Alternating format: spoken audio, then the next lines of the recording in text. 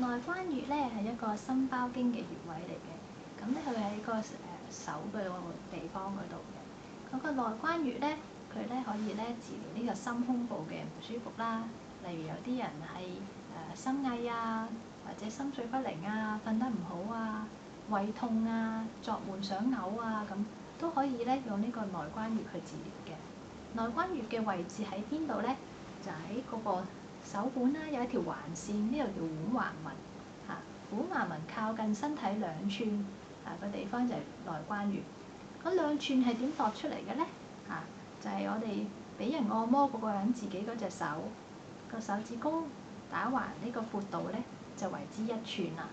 咁我哋喺嗰個腕橫紋嗰度放2個手指公位喺嗰個我哋叫2筋中間，即係揸住拳頭咧有2條筋嘅。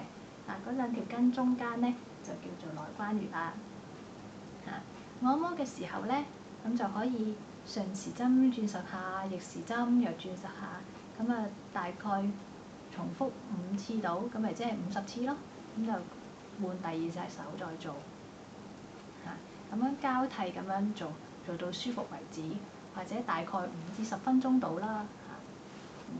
有啲人係瞓得唔好作為調理嘅瞓得唔好或者胃痛想調理一下咧，咁就可以早晚咁樣去按摩，大概100次到，或者5至10分鐘到咁樣。有啲人咧係即時胃痛想嘔，想快啲止嘔嘅，亦都可以咧喺唔舒服嘅時候即刻按摩下呢個內關穴咧，亦都有呢個即時止嘔止痛嘅效果嘅。